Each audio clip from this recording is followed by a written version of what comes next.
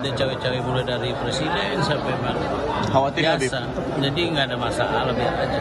Karena nanti kalau misalnya Pak Jokowi nyodorin Kaisang jadi wakilnya RK misalnya. Sudah nyodorkan. Sudah nyodorkan. Ya, kita lihat saja.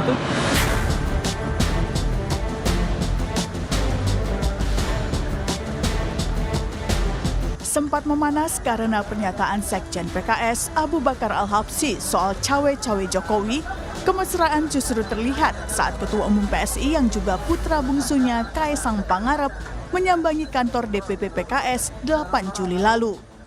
Bertemu dengan petinggi PKS, Kaisang mengaku membahas sejumlah hal terkait pilkada. Kaisang juga membantah menyodorkan namanya di Pilkada Jakarta. Sementara soal dukungan untuk Anies dan Sohibul yang diusung PKS akan dibahas terlebih dahulu di internal PSI. Tapi menurut Kaisang, sebagai partai pemenang pemilu di Jakarta, PKS seharusnya mengajukan diri sebagai calon gubernur.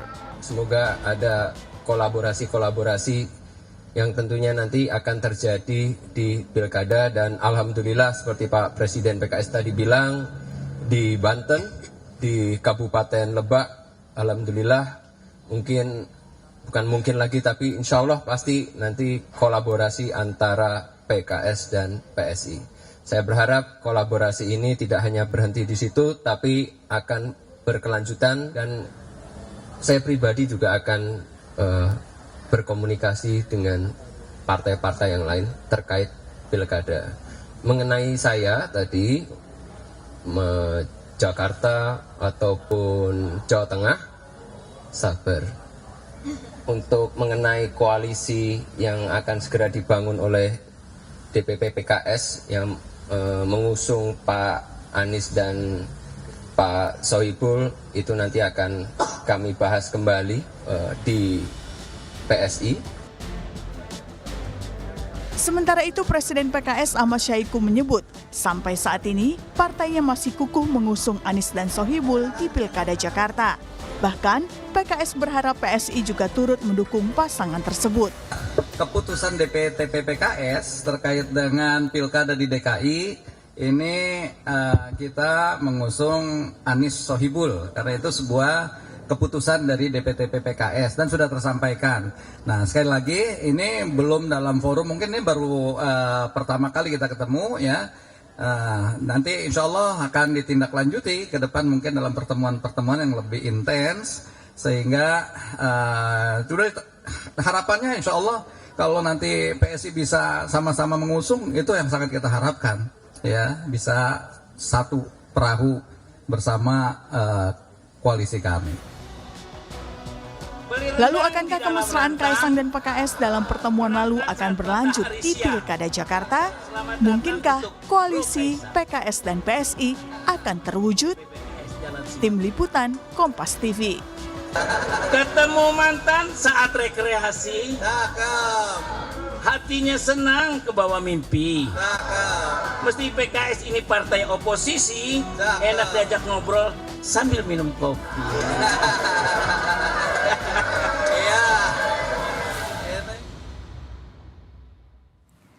Ya, sempat memanas karena pernyataan Sekjen PKS Abu Bakar Al-Habsyi soal cawe-cawe Presiden Joko Widodo. Kemesraan justru terlihat saat Ketua Umum PSI Kaisang Pangarep menyambangi kantor DPP PKS 8 Juli yang lalu. Kedua pihak ini mengaku membahas soal pilkada, dan yang menjadi pertanyaan tentu kemudian adalah akankah kemesraan ini akan benar-benar berlanjut di pilkada? Kita akan bahas soal ini bersama dengan sejumlah narasumber yang sudah hadir melalui sambungan Zoom. Sudah ada juru bicara PKS Muhammad Iqbal. Selamat pagi, Assalamualaikum Mas Iqbal. Pagi, salam Pak. Pagi. Iya, kemudian juga ada politisi dari PDI Perjuangan Mas Ciko Hakim. Selamat pagi, Assalamualaikum Mas Ciko. Waalaikumsalam, pagi semua. Pagi. Kemudian ada Direktur Algoritma Research and Consulting Mas Aditya Perdana yang sudah hadir di studio. Terima kasih sudah hadir ke studio Mas Adit ya. Ya, kemudian nanti juga akan bergabung bersama kita Ketua DPP dari Partai Solidaritas Indonesia, ada Mbak Ceril Tansil, mungkin nanti akan segera bergabung melalui sambungan Zoom. Tapi saya menarik sekali langsung ke PKS nih ya kan, yang sudah langsung disambangi oleh Ketua Umum PSI Kaisang Pangarep. Nah, ini kalau respon dari PKS sendiri bagaimana nih? PKS ini kan berada di luar koalisi Indonesia Maju dan PSI ini memasukkan daftar PKS ke list pertamanya. Anda melihat apakah ini upaya untuk menggoda PKS di Pilkada Jakarta? Mas Iqbal, adakah pembicaraan soal Pilkada Jakarta di luar Banten dan juga pilkada lain ya? Ya mungkin sebaliknya kali ya, upaya menggoda PSI supaya mendukung calon Sohibul Iman dan Anies Baswedan. Jadi memang kami ingin menunjukkan bahwa berpolitik itu walaupun berbeda, walaupun kami berada di luar pemerintahan, itu tentu saja komunikasi itu penting. Apalagi pilkada ini agak berbeda sedikit karena kepentingan lokal. Dan kadang-kadang kita orang lain sudah berpasangan, tinggal kita berdua nih kan nggak mungkin kita juga tidak berpasangan gitu. Jadi dalam konteks kedatangan Mas Kaisang dan teman-teman PSI, ini tentu saja kami menunjukkan bahwa PKS itu tidak se-eksklusif yang dibayangkan. PKS itu tidak tertutup. Bahwa ini partai yang sangat fleksibel, partai yang memiliki ideologi, tetapi kami tetap menjunjung tinggi nilai-nilai kebangsaan kita. Bagaimana bangsa kita mengedepankan bagaimana kita bisa berkumpul, bermusyawarah, berkomunikasi, termasuk untuk kepentingan bangsa dan negara. Jadi saya melihat kehadiran PSI ke PKS merupakan sebuah langkah maju bagi demokrasi kita ke depan. Karena memang begitulah sesungguhnya yang diajarkan agama kita, yang diajarkan nilai-nilai oleh Pancasila. Dan yang terpenting juga bagaimana ini bisa menambah kedewasaan politik semua, masuk para pendukung masing-masing. Tapi betul ya, pada saat pertemuan Presiden Anda, Presiden PKS ini sempat menawari PSI untuk berkoalisi di Pilkada Jakarta untuk sama-sama mengusung Mas Anies dan juga Pak Sohibul Iman di Pilkada Jakarta. Apa respon dari Kaisang pada saat itu di pertemuan? Ya yang jelas kita sejak awal sudah menegaskan bahwa PKS untuk Jakarta-nya Muhammad Sohibul Iman. Yang ini tentu saja mereka mengapresiasi keputusan yang sudah diputuskan di PP, walaupun mereka belum bisa memutuskan harus mendukung siapa. Tetapi memang di mana kedepannya ketua DPRD itu adalah dari PKS, tentu saja PSI yang memiliki 8 kursi menjadi bagian penting bagi Jakarta ke depan. Sehingga kami menganggap perlu berkomunikasi, perlu untuk berkolaborasi, karena apalagi sampai kalau PSI mau mendukung Mas Anies dan Sohibul Iman. Ini tentu saja mau menjadi mendukung, sebuah hal yang begini penting. Mas Iqbal, kalau mau mendukung begitu ya, PSI mau mendukung Anies Sohibul, imbal balik apa yang kemudian ditawarkan oleh PKS ke PSI? Saya kira sampai saat ini belum ada pembicaraan ke arah sana. Jelas kita masih ya berbalas pantun lah. Yang namanya orang datang ke tempat kita sambut dengan Masa baik. cuma berbalas pantun pertemuannya?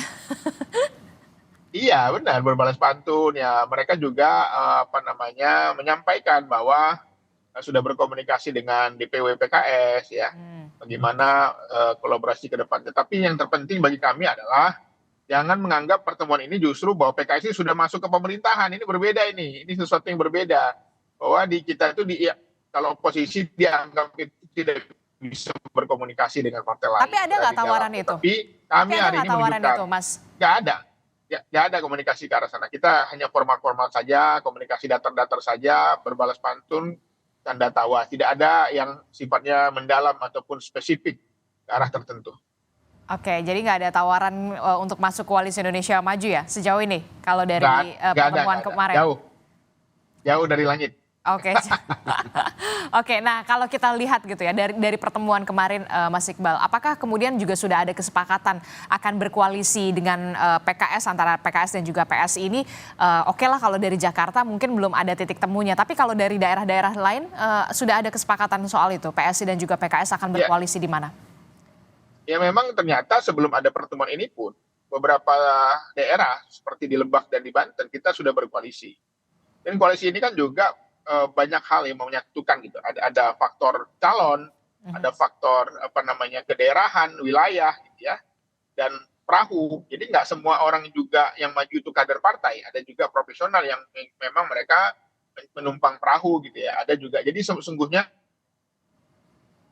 pertarungan partai politik dalam konteks pilkada ini sedikit berbeda dengan pilpres. Karena dalam pilkada itu banyak sekali variabelnya. Jadi kami melihat misalnya sebuah daerah semua partai sudah diborong oleh calon A, tinggal PSI dan PKS misalnya. Ya mau nggak mau kita harus, kalau ingin kader kita maju, kita harus berkolaborasi, kira-kira gitu. Jadi memang nggak semuanya maju itu by design atau instruksi. Maju itu bisa jadi juga karena kebutuhan politik, kepentingan di bawah yang tentu saja memang menjadi salah satu indikator. Oke. Saya ke Mas Ciko. Mas Ciko, ini kan kalau kita lihat ya, Mas Kaesang ini muda begitu ya, Ketua Umum PSI gitu, memasukkan nama PKS di listnya pertamanya untuk sowan begitu. Nah, kalau dari PDI Perjuangan sendiri, respon PDI Perjuangan sendiri bagaimana? Kan PDIP juga cukup punya banyak kursi selain PKS begitu di Jakarta. Saya rasa gerakan yang dibuat oleh Kaesang dan PSI untuk menyambangi PKS itu patut kita apresiasi, dan penerimaan PKS yang begitu baik itu juga patut kita apresiasi. Saya rasa memang saya sepakat dengan apa yang disampaikan Bung Iqbal tadi, bahwa memang kita harus juga menunjukkan pada masyarakat bahwa walaupun kita ada perbedaan dan ada semacam persaingan politik, atau juga kalau kita mau menganggapnya secara ekstrim ya, dengan lawan politik pun kita harus bisa melakukan komunikasi, ya kan. Itu sudah menjadi salah satu ciri khas dari bangsa kita dalam berpolitik, dan ini sudah lama diterapkan juga oleh para bapak bangsa dan berdiri bangsa kita seperti Bung Karno yang kerap melakukan komunikasi politik dengan dalam tanda kutip lawan-lawan politiknya, atau bahkan kawan yang berbeda dalam ideologi, dan juga bahkan menempatkan teman-teman yang berbeda ideologi dalam pemerintahannya. Ini hal yang sangat biasa di Indonesia, dan ini harus terus dijaga ya, karena memang kita banyak perbedaan secara suku, agama, ras maupun golongan di seluruh Indonesia. Namun tentu yang mempersatukan adalah Pancasila dan Bhinneka Tunggal Ika. Dan kalau kita bicara terkait dengan PKS yang punya ideologi Islam misalnya, itu juga tidak bertentangan dengan azas-azas yang diajarkan. Jadi pada prinsipnya ini hal yang baik, tapi PDI Perjuangan juga tidak ada masalah, seperti Mbak Puan beberapa waktu lalu menyampaikan gitu. Memang kalau Mas Kaesang ingin ketemu ya boleh aja gitu. Dan kita jadi di PDI Perjuangan terbuka juga ya, kalau misalkan Mas Kaesang ini mau sowan ke PDI Perjuangan kapan waktu begitu ya? Terbuka? Ya, terbuka aja. Kita terbuka, dan kita juga sudah menegaskan sejak awal dari mulainya ramainya terkait dengan pilkada ini bahwa kita tidak menutup jalur komunikasi dengan partai politik manapun, dan tidak menutup kemungkinan untuk bekerja sama dengan partai politik maupun tokoh manapun. Tapi tentunya kita lebih mengedepankan kriteria-kriteria dari tokoh-tokoh yang akan kami usung. Nanti kan kita bisa lihat dari situ apakah terjaring sesuai dengan kriteria yang kami usung, karena memang kenapa kita lebih percaya untuk mengusung kriteria, karena memang ini kepentingan untuk rakyat. Pilkada ini bukan kepentingan untuk partai saja, tapi juga untuk kepentingan rakyat. Artinya di setiap daerah kita harus mengusung orang-orang yang mampu, dan kemampuannya itu harus disesuaikan dengan daerahnya masing-masing. Kalau dari PDI Perjuangan sendiri kan sudah juga Mbak Puan mengatakan menarik juga ya nama Kaesang begitu, walaupun memang untuk Pilgub Jawa Tengah. Nah, kalau misalkan Anda melihat kalau dari PDI Perjuangan sendiri, jadi nggak sih sebenarnya bikin poros baru nih, katanya kan ada informasi gitu, jangan-jangan kemudian PDI Perjuangan ini menjadi pelopor untuk poros ketiga di Pilkada Jakarta. Benarkah demikian? Kami melihatnya lebih dari sisi bukan poros ketiga atau dua poros atau bahkan satu poros dan lain-lain. Kami melihatnya itu tadi, bahwa kami sebagai partai yang eksistensinya cukup signifikan di Jakarta, bukan hanya pileg kemarin, tapi pileg-pileg sebelumnya dan pemilu-pemilu sebelumnya, dan kami merasa kami memahami permasalahan-permasalahan Jakarta, begitu juga tantangan-tantangan ke depannya bagi daerah khusus Jakarta. Jadi kami merasa pantas untuk bisa mengusung calon gubernur ataupun calon wakil gubernur gitu. Gimana nanti kerjasama politik yang akan kami jalin dan penerimaan dari partai-partai politik yang akan kami ajak untuk bersama atau mengajak kami untuk bersama. Jadi itu dulu yang menjadi prioritas kami. Jadi kalau kader kami sudah kami kerucutkan namanya, mana yang akan kami usung, nanti kita berbicara dengan banyak partai politik.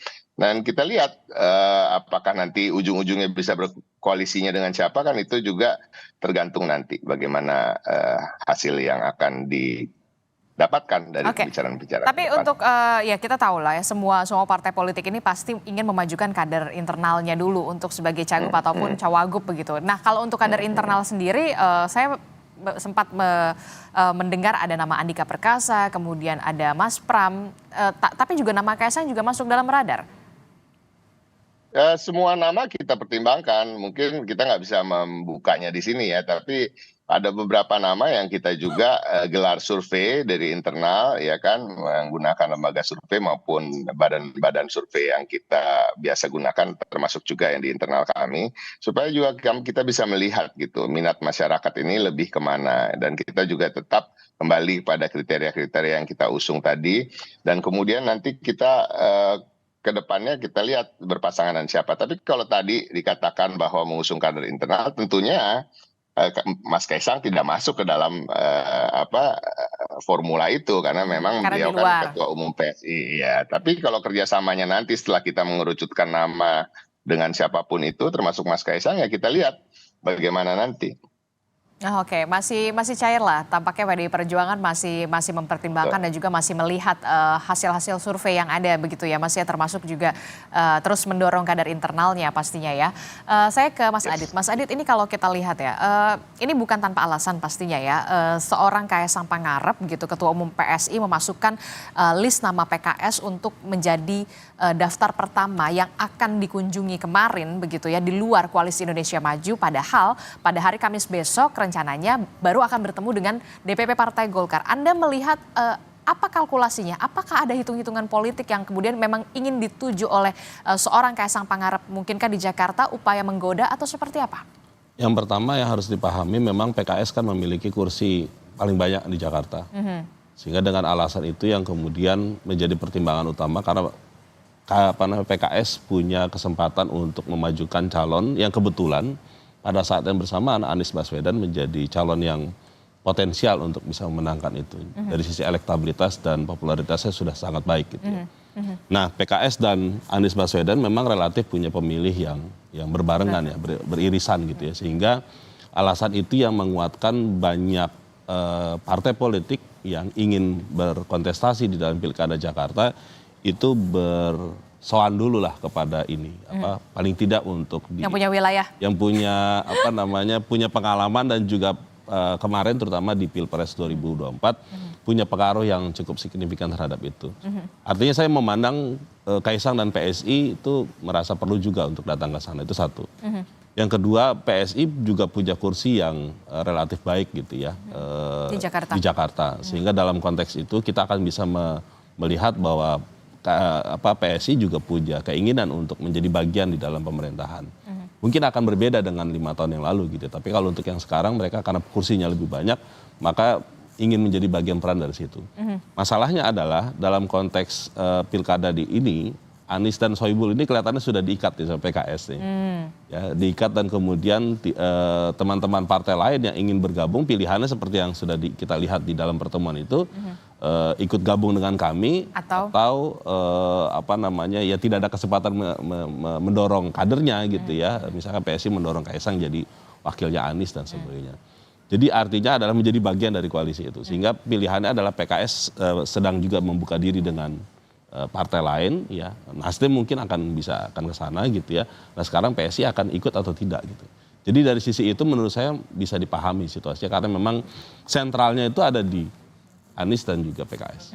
Kalau kita lihat ini kan sudah diikat lah ya nama Anies Sohibul Iman ini oleh Partai Keadilan Sejahtera. Apakah ini kemudian juga menjadi upaya untuk Ketua Umum PSI Kaisang Pangarep untuk menggoda dalam tanda kutip PKS atau justru sebaliknya? Kalau menurut dari Mas Iqbal, jangan dijawab dulu. Mas Adit, kita akan tahu jawabannya. Tetaplah bersama kami di Sapa Indonesia Pagi. Saudara, kita akan lanjutkan perbincangan soal arti pertemuan Kaisang Pangarep dengan Presiden PKS Ahmad Syahiku. Mungkinkah berkoalisi? Namun sebelum itu, Saudara, Presiden PKS ini Ahmad Syahiku sempat menyebut duet Anies Kaisang menarik untuk Pilkada Jakarta. Tapi, ya ada tapinya nih. Kita simak pernyataannya berikut ini kepada Anda. Ya sangat menarik, tetapi semua kan dalam kerangka kalau dalam di PKS itu harus diputuskan dalam musyawarah. Musyawarah di DPTP. Nah, hanya saja di musyawarah DPTP yang lalu keputusan yang sudah dikeluarkan adalah tadi Anies Sohibul. Ya tentu kita kalau memang ada usulan-usulan baru tentu kita harus bahas kembali di DPTP apakah menyetujui atau tidak. Ya, jadi ini yang mekanisme yang ada di PKS saya kira sudah jelas seperti itu. Tapi kan masih sangat terbuka untuk daerah-daerah yang lain juga kita bisa bersama-sama antara PKS dengan PSI. Ya, kita masih melanjutkan perbincangan kita bersama dengan PKS. Sudah ada Muhammad Iqbal, kemudian dari PD Perjuangan ada Mas Ciko, dan juga di studio ada Mas Aditya. Mas Iqbal, ini kalau tadi kita melihat begitu ya, kan menarik, cukup bisa dikatakan menarik kalau Pak Syahiku mengatakan begitu, duet Anies Kaisang, tapi ada tapinya ya, ada tapinya. Nanti bisa dibahas lagi di DPP. Anda berada di belakang, saya tadi melihat pada saat Pak Syahiku mengatakan seperti itu. Penafsirannya bagaimana ini sebenarnya? Jadi bisa digocek nggak sih sebenarnya pasangan Anies Sohibul Iman? Itu kan sebenarnya bahasa halus ya, artinya menjelaskan bahwa PKS itu sudah final, sudah memutuskan. Jadi tinggal harus Mas Kaisang yang mendukung atau tidak, itu aja. Jadi itu kan sebenarnya sudah jelas bahasa itu pasangan menarik, tapi kami sudah memutuskan. Jadi PKS sudah memutuskan, dan bahkan kader-kader PKS sekarang sudah semangat memasang pasangan aman ya, Jakarta Aman, spanduk-spanduk, baliho-baliho di seluruh gang-gang se-DKI Jakarta. Jadi kami bukan lagi membahas siapa, kami sudah berpikir bagaimana caranya memenangkan, apa strateginya, dan door to door ke masyarakat. Jadi bukan lagi membahas siapa nama. Bagi PKS, nama Anies Sohibul Iman sudah final diputus oleh pimpinan pusat PKS. Jadi tidak bisa dibongkar pasang lagi, tidak ada bisa peluang itu, atau masih bisa dibicarakan lagi?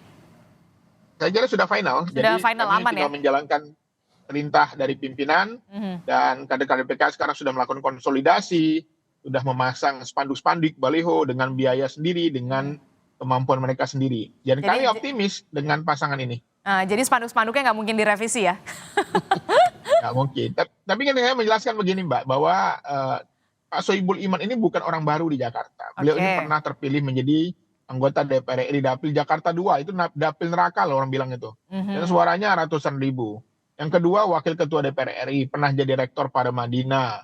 Ya, dan ini tentu saja pernah jadi presiden partai. Jadi nggak diragukan lagi. Dan kami meyakini popularitas beliau digabungkan sama Mas Anies, itu akan menjadi kekuatan baru yang sangat besar di PKS. Di PKS itu trennya, kalau yang maju itu adalah pimpinannya, itu bisa 2-3 kali lipat tenaganya. Oke, jadi jadi syaratnya adalah ketika mau berkoalisi dengan PKS, syarat ketentuan berlakunya adalah mau menerima pasangan aman ini, Anies Muhaimin dan juga Sohibul Iman. Sorry, Anies Baswedan. Kok masih Anies Muhaimin? Aman, Jakarta aman. Karena yang lalu amin ya. Oke, jadi itu syarat ketentuan berlakunya ya, kalau mau gabung sama PKS mendukung Anies Baswedan dan juga Sohibul Iman ya. Sudah final ya? Final. Ya Mas Iqbal? Ya, sekarang sudah diputuskan, sudah final. Oke. Kita jalankan perintahnya. Oke, baik. Saya ke Mas Adit. Mas Adit, ini kalau melihat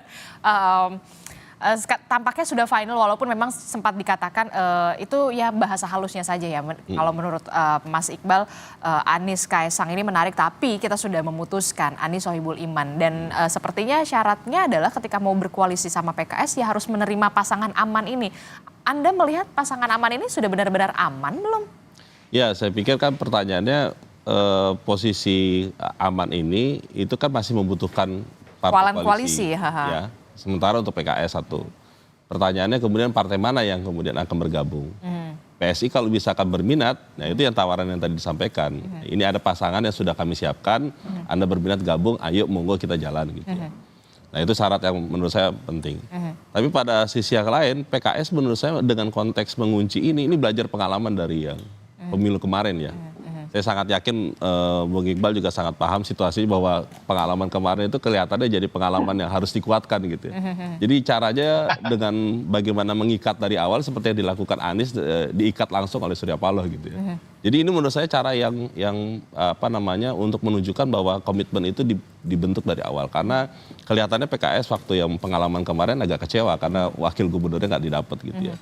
Jadi itu yang menurut saya kita bisa paham kenapa PKS begitu langsung ingin ngegas gitu ya dalam konteks pilkada DKI. Jakarta.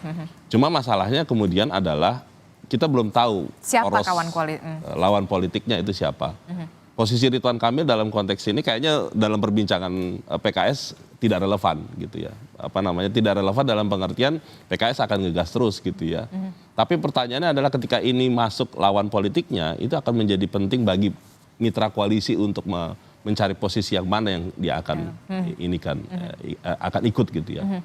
Nah, Ridwan Kamil ini kan sedang diperbincangkan di Jawa Barat juga. Jadi ini yang menurut saya sedang, atau jangan-jangan PDIP juga sudah firm gitu ya, dia akan punya koalisi sendiri juga. Nah, ini yang menurut saya penting agar kemudian Pilkada DKI jangan kemudian satu calon. Ya pastinya gitu. dong.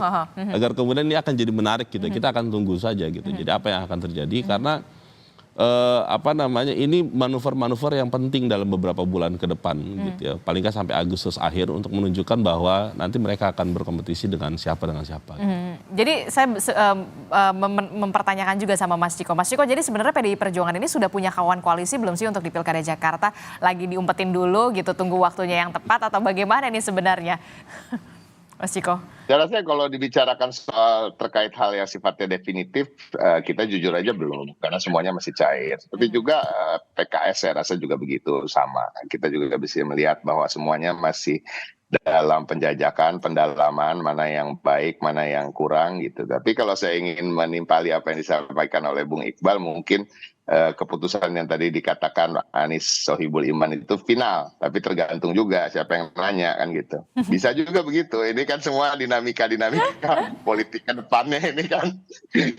Kita bisa tahu lah bahwa ini masih cukup waktu untuk bisa bongkar pasang, tapi kita apresiasi kembali lagi. Tapi tadi juga saya sampaikan, Mas Iqbal juga sampaikan bahwa kalau kadernya yang diusung bisa 3 kali lebih keras kerjanya, artinya kan bisa 3 kali suaranya Pileg yang kemarin. Nah, artinya belum tentu juga butuh Pak Anies Baswedan untuk berada di situ gitu. Bisa jadi cuma Pak Sohibul Iman nanti ujungnya. Jadi ini semua kalau kita lihat dari pembicaraan ini, semuanya ini masih sangat cair, dan kita juga, saya meyakini bahwa senior-senior Mas Iqbal di DPP PKS, begitu juga senior-senior kami juga ada komunikasi, baik itu formal, tertutup, atau informal, karena memang juga sering bertemu tentunya di DPR. Jadi pada prinsipnya kita juga sama persis bahwa kita juga punya satu keputusan yang sepertinya tidak bisa diganggu gugat, yaitu kita ingin mengusung satu kader minimal dari kami untuk sebagai calon gubernur ataupun calon wakil gubernur. Nah, jadi semua partai tentunya, apalagi partai-partai yang perolehan suaranya signifikan kemarin, seperti PKS di urutan pertama, kami di urutan kedua, dan merasa juga memahami problema-problema yang ada di Jakarta, tantangan-tantangan ke depannya. Tentunya kita harus juga punya kepercayaan diri untuk bisa mengusung calon dari internal sendiri. Termasuk juga sudah menimbang-nimbang, mengkalkulasi siapa-siapa saja yang akan satu perahu dengan PDI Perjuangan pastinya ya untuk di Pilkada Jakarta. Mungkin? Tentu dengan mempertimbangkan banyak variabel ya. Satu, tingkat penerimaan dari konstituen kami ya kan, bagaimana penerimaannya kalau kita bekerja sama dengan tokoh A atau partai politik B gitu. Atau juga bagaimana tingkat penerimaannya apabila kami maju sendirian kemudian mengajak partai-partai seperti partai A atau B atau C. Jadi intinya itu semua menjadi pertimbangan, maka dari itu memang dibutuhkan waktu karena ini tidak bisa cepat-cepat terburu-buru untuk diputuskan. Nah, tapi begini Mas Adit, kalau kita melihat begitu ya, sebenarnya pasangan Anies Sohibul Iman ini masih bisa ada dinamikanya nggak sih? Masih bisa dibongkar pasang nggak sih kalau memang dari PKS kan mengatakan ini sudah final gitu loh. Tapi Anda melihat masih ada nggak sih peluang lain begitu selain nama Anies Sohibul Iman ini? Ataukah mungkin PS ini menjadi salah satu sinyal baru begitu, atau ada lagi gitu? Satu, konteks dinamikanya ini harus dipahami, kalau belum sampai daftar di KPUD DKI Jakarta, maka apapun akan bisa terjadi. Seperti Bang Ciko bilang sampaikan itu. Itu satu. Yang kedua, PKS nggak bisa mencalonkan sendiri. Masalahnya di situ. Berarti Anies Sohibul Iman itu belum sepenuhnya aman? Iya, karena memang pada kondisi real politiknya hari ini dia nggak bisa mencalonkan sendiri. Maka dia butuh mitra partai politik. Pilihannya kan sekarang ada di PDIP, Nasdem, PKB, ataupun PSI gitu ya. Nah, ini yang sedang terjadi. Bahkan mungkin Golkar sekali maju itu akan bisa terjadi. Nah, artinya saya sangat yakin di dalam beberapa bulan ke depan ini komunikasi intens yang tadi dimaksud itu akan semakin banyak gitu ya dilakukan untuk bisa mematangkan itu. Jadi bongkar pasang yang dimaksud itu juga akan mungkin bisa terjadi. Nah, pertanyaannya adalah PKS seberapa bisa bertahan untuk Seberapa mempertahankan, istiqomah? bisa bertahan dan istiqomah gitu ya, Bung Iqbal, untuk bisa mempertahankan ini dalam beberapa bulan ke depan gitu ya. Mudah-mudahan istiqomah gitu ya, untuk kemudian bisa jadi pasangan yang definitif di surat suara gitu ya. Karena masih sangat dinamis gitu ya, dan tentu perbincangan-perbincangan dan komunikasi politik juga sangat diperlukan. Jangan-jangan malah nanti PDIP juga malah gabung di dalam koalisi bersama PKS dan segala macam. Kita kan belum tahu juga sih. Oke, masih ada peluang begitu ya, karena masih ada dinamika-dinamika sampai beberapa bulan ke depan yang bisa mungkin bisa saja terjadi begitu. Mungkin saja PKS dan PDI Perjuangan nanti akan ada pertemuan dan segala macam, kita nggak pernah tahu begitu ya. Nah, tapi begini Mas Iqbal, ternyata kan PKS faktanya memang tidak bisa mencalonkan sendiri. Berarti itu artinya sebenarnya pasangan Anies Sohibul Iman ini belum sepenuhnya aman. Karena belum ada kawan koalisi nih, PKS. Ya, kalau dari statementnya Bang Surya Paloh kan udah jelas ya, bahwa Bang Surya bilang bahwa Anies itu nggak ada lawan, ya udah. Itu sebenarnya kode ya bahwa Nasdem juga siap. Jadi kalau Nasdem dan PKS saja cukup saya kira. Jadi memang ini kami tinggal menunggu momentum, dan kami memang masih berharap juga PKB, PDIP, PSI dan semua partai di untuk mendukung. Kalau mendukung satu kan enak, nggak perlu capek-capek lah. Karena memang survei Mas Anies ini cukup tinggi, kepuasannya juga cukup tinggi. Jadi ciri-ciri incumbent itu kuat, itu lawannya nggak banyak yang minat. Oke, tapi jadi kalau incumbentnya biasanya lawannya banyak. Nah, kali ini hanya RK doang yang sepertinya siap melawan gitu ya. Tetapi sampai sekarang belum deklarasi. Jadi kami kira kami cukup percaya diri, dan kami yakin juga optimis partai-partai seperti PDIP juga nanti akan mendukung Mas Anies. Oke, termasuk juga dengan Nasdem berarti ya, sudah sinyalnya sudah mengerucut begitu ya? Iya, sudah komunikasi. Iya. Oke, sudah ada komunikasi ke arah sana, pertemuan di depan panggung, tapi belum ada nih gitu, gimana? Nasdem PKS.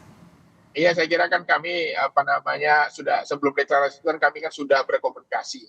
Sudah ada lampu hijau dari partai-partai yang siap mendukung Mas Anies. Jadi memang kami optimis 2 atau 3 partai akan mendukung, dan ini semuanya akan segera berlayar. Oke, kalau Mas Adit melihatnya bagaimana? Kalau misalkan Nasdem dan juga PKS ini memang benar-benar berkoalisi begitu, apakah Nasdem ini akan menerima pasangan Anies Sohibul Iman yang udah sepaket gitu ya? Ya, saya pikir titik temunya di antara PKS dan Nasdem itu ada di Anies gitu ya. Jadi mungkin kesepakatannya ya seperti yang tadi Bang Iqbal bilang. Tapi mungkin nggak Nasdem juga menerima nama Sohibul Iman? Nah, itu yang ada deal yang lain, saya nggak tahu apa yang akan terjadi gitu ya. Apakah nanti ada kompensasi atau negosiasi yang nanti akan dibicarakan gitu ya. Tapi titik temunya memang ada di Anies, sehingga mereka akan mudah gitu untuk mengatakan bahwa kita udah bersepakat, ayo untuk jalan gitu ya. Cuma masalahnya apakah Sohibul Imannya ini akan dibincangkan kembali atau segala macam, itu saya pikir nanti akan ada bahan diskusi untuk itu. Termasuk juga nama Ridwan Kamil yang kemudian juga masih ditimbang-timbang nih, apakah akan masuk ke Jakarta atau tetap di Jawa Barat. Itu yang kemudian juga sepertinya juga masih dikalkulasi untuk menjadi lawan yang sepadan untuk Anies Baswedan, yang kita tahu memang elektabilitas dari Anies Baswedan di Jakarta ini sudah tidak diragukan lagi. Ya, itu juga menjadi salah satu hal pertimbangan-pertimbangan para politisi untuk melihat pertarungan di Jakarta itu seperti apa gitu ya. Karena faktor Ridwan Kamil juga penting gitu ya. Ketika misalkan nanti benar Ridwan Kamil ditarik ke Jawa Barat gitu ya, maka kemudian siapa yang akan menjadi lawan yang sepadan gitu. Nah, lawan sepadan ini menurut saya menjadi penting gitu. Karena kalau misalkan yang menurut Anda siapa yang juga berpeluang? Nah, itu yang berat gitu ya, ngelihat situasi di Jakarta. Maka tadi saya menduga bahwa ini pertimbangan-pertimbangan yang tidak mudah gitu ya.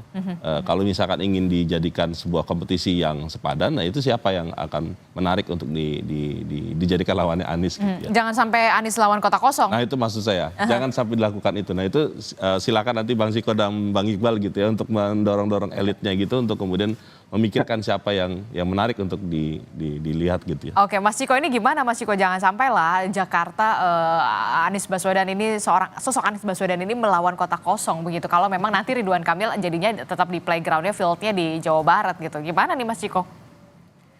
Saya rasa kalaupun Ridwan Kamil tetap berada di Jawa Barat, teman-teman dari Partai Gerindra misalnya atau Golkar dan yang tergabung di Koalisi Indonesia Maju di Pilpres kemarin juga akan mengusung calonnya. Mereka juga tidak kekurangan kader. Kita juga tidak boleh menganggap enteng kader-kader dari partai-partai lainnya. Tapi pada prinsipnya ya kemungkinan itu tetap ada. Jadi kota kosong, 2 poros, 3 poros ini sangat dimungkinkan. Tapi kembali lagi PDI Perjuangan tidak terlalu mau dipusingkan dengan hal-hal tersebut hari-hari ini karena kami sudah cukup ruwet nih untuk mengerucutkan satu nama karena kader-kader kami juga sangat mumpuni. Ada Pak Andika, ada Prasetyo Adi Marsudi, nama Ahok juga masih ada dalam radar, ada Pak Jarod yang juga cukup populer, ada juga Bu Risma yang kita juga masih bingung antara taruh di Jawa Timur atau di Jakarta karena memang sosok-sosok yang kami miliki di internal cukup mumpuni, punya pengalaman dan rekam jejak yang baik sehingga juga pantas untuk dicalonkan di daerah selain daerah asal mereka.